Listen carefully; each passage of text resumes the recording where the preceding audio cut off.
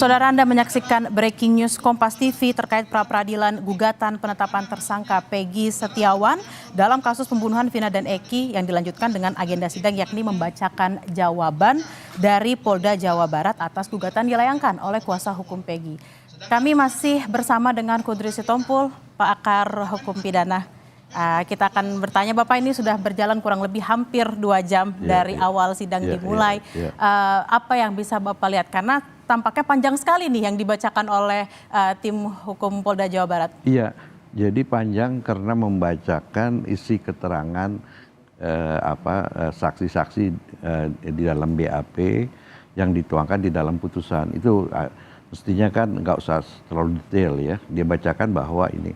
Tapi yang mesti dipahami bahwa apa yang disampaikan ini kuasa hukum dari Polda ini bukannya bukti saksi, bukan alat bukti saksi, tapi alat bukti surat. Ya, jadi kan menurut pasal 18 KUHP itu ada 5 alat bukti, ya kan, saksi, surat, ahli, petunjuk, dan keterangan terdakwa. Nah, ini adalah alat bukti surat. Ya, syarat surat yang memang menurut menurut teorinya putusan pengadilan itu adalah bukti yang sangat kuat, ya. Tetapi mesti difahami lagi, bukan keterangan saksi, kecuali orang-orang itu didengar tersendiri, ya, dibuat BAP-nya untuk sebagai tersangkanya si Peggy gitu. Baru itu dia adalah keterangan saksi. Nah, jadi putusan ini adalah surat post factum, bukti post factum, karena putusan pengadilan ini ada setelah peristiwa itu ada. Nah, mestinya bukti surat yang kuat itu, ya, kalau itu adalah surat itu ada sebelum peristiwa, atau pada saat peristiwa, atau beberapa saat setelah peristiwa. Ya, ini kan udah lama sekali post factum, jadi mungkin nilai pembuktian itu sangat lemah sekali. Apalagi ya, kita ingat bahwa di dalam persidangan yang lalu itu disebutkan Peggy alias Peron DPO, ya, tetapi tidak diterangkan secara detail Peggy itu usianya berapa, alamatnya di mana gitu loh. Nah, ini kan nggak ada, cuman kalau kita baca, kebetulan saya sudah baca gitu ya, tidak dijelaskan. Nah, kenapa pengadilan itu tidak menjelaskan? Karena hakim itu mengutip keterangannya surat jaksa. Jaksa itu mengambil alih keterangannya ke penyidikan. Nah, karena itu tidak pernah didetailkan ya siapa Peggy alias Peron itu. Ya, Peggy alias Peron itu umurnya berapa, alamatnya di mana. Nah, ini yang nggak pernah, sehingga kan yang dipermasalahkan oleh kuasanya pemohon atau penggugatnya pra-peradilan itu sebenarnya Peggy Setiawan ini bukan Peggy alias Peron yang itu di situ loh. Beda Peggy. Beda Peggy. Nah, kita ingat bahwa DPO itu yang dimuat di dalam putusan itu yang saya katakan tadi, gimana ininya historicalnya, ya kan? Itu DPO-nya itu juga dimasalahkan oleh penasihat hukum, karena DPO itu menurut peraturan Kapolri itu harus didahului dengan surat pemanggilan yang patut 2 kali, ya kan. Nah, setelah dikirim surat panggilan 2 kali secara patut, ketiga kalinya baru dijemput paksa. Nah, kalau misalnya dijemput paksa tidak diketemukan, baru itu dimasukkan dalam daftar DPO. Nah, ini yang dimasalahkan oleh kuasa hukumnya itu tidak pernah. Nah, tadi pagi itu juga saya jelaskan bahwa objek pra-peradilan itu adalah mengenai administrasi, ya, formalitas, ya, yang harus dipenuhi di dalam proses penyelidikan dan penyidikan. Apabila SOP, prosedur atau administrasi itu tidak dipenuhi, maka bisa penyidikan itu batal, tidak sah. Nah, kalau misalnya penyidikan tidak sah, tentunya penetapan tersangka itu tidak sah.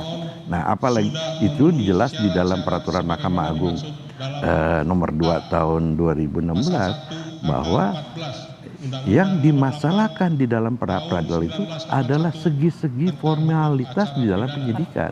Nah, sedangkan kalau kita dengar ini adalah sudah materi, ya yang ini, dan materinya pun tidak tepat, ya karena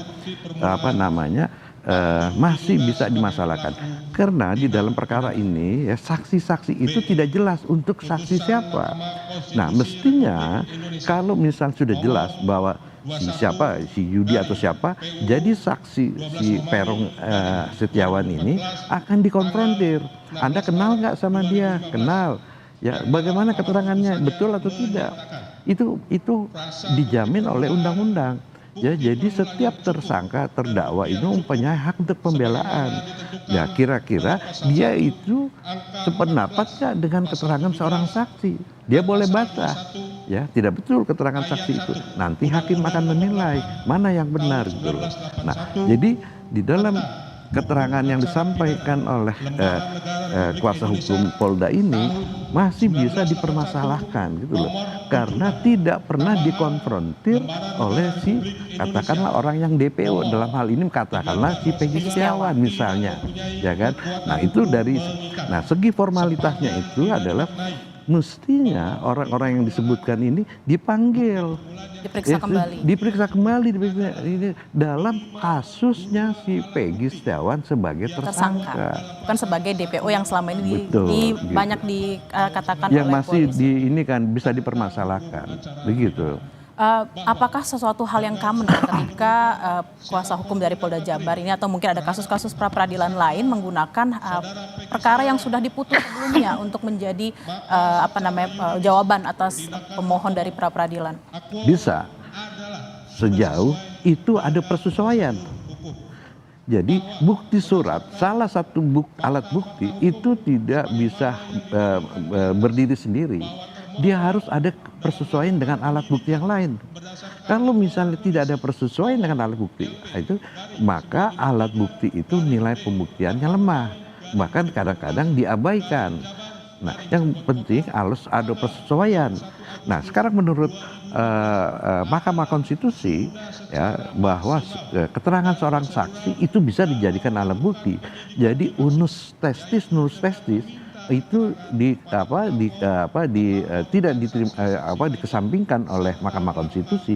Bisa saja ya satu orang saksi mempunyai alat bukti yang lain asal dia berkaitan dan berkesesuaian dengan alat bukti yang lain atau dengan fakta-fakta yang terjadi dalam peristiwa itu. Misalnya dikatakanlah tidak bersesuaian dengan ahli, tidak sesuai dengan keterangan saksi, tidak sesuai dengan bukti surat, tetapi dengan fakta-fakta di tempat persidangan atau di dalam peristiwa itu ada berkaitan, maka keterangan satu orang saksi itu bisa menurut Mahkamah Konstitusi.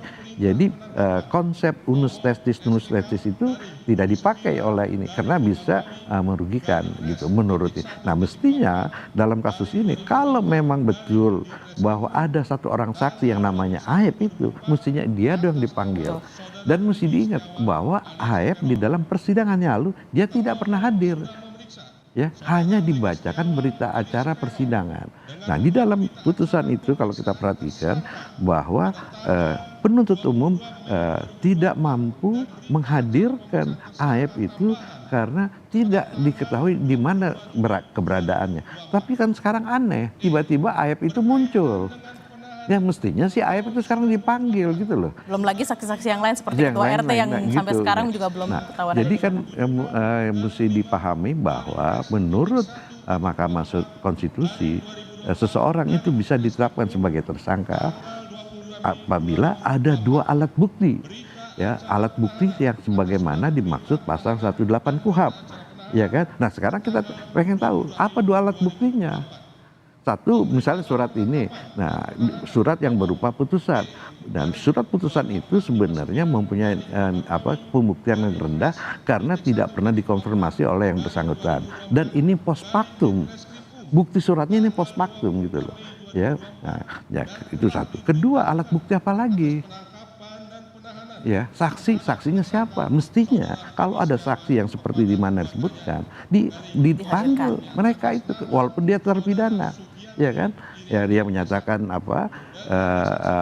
betul nggak ya dia pernah melihat dan seterusnya dan seterusnya. Jadi itu saya kira lebih proper gitu ya kalau keterangan kesaksian itu didengar sendiri khusus dia sebagai saksi dalam kasus ini. Dan kalau di dalam putusan itu kita nggak tahu dia memberikan keterangan kepada siapa. Yang dibacakan itu adalah rangkuman yang dibuat oleh hakim sebagai fakta hukum. 8 tahun lalu. 8 tahun yang lalu gitu ini. Jadi dan putusan itu juga sebenarnya masih bermasalah karena pada saat itu semua saksi-saksi itu mencabut keterangan yang pernah disampaikan sebelumnya di penyidikan, tetapi hakim itu kan tidak menerima karena tidak ada alasan yang cukup karena verbalisan atau pemeriksa dalam waktu itu sudah dipanggil, dia bilang tidak pernah dipaksa gitu loh, sehingga tindakan para terdakwa pada waktu lalu mencabut keterangan, mencabut BAP yang ada penyidikan itu ditolak oleh ini. Nah artinya kan sebenarnya ini kan masih ada dimasalahkan gitu. Nah sekarang ini kan sudah mulai terungkap sebenarnya bahwa dahulu itu mereka memberikan keterangan itu tidak sesuai itu. Dia hanya mengikuti apa yang diinginkan oleh pemeriksa. Itu kan sekarang terbukti. Walaupun misalnya ada 2 orang saksi yang sudah saksi yang dia bukan saksi yang jadi terpidana, ada 2 saksi yang itu. Mereka bilang mereka menyesal mengakui itu keterangan palsu ya kayak itu. ya. Sebenarnya nggak keterangan palsu sih dia karena ya kalau dikatakan keterangan palsu kalau dia ngarang sendiri, tapi ini kan diarahkan sama orang gitu.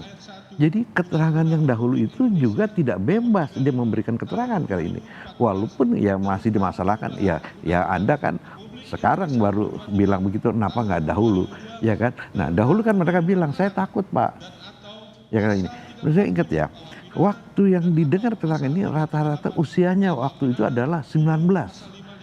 Ya, 8 tahun yang lalu. Misalnya kayak si Peggy Setiawan sekarang 27 tahun. Dikurangin 8 tahun kan dia umurnya sekitar 19 tahun. Ya, waktu itu kan 19 tahun yang masih katakanlah ya orang yang masih begitu masih awam lah soal hukum.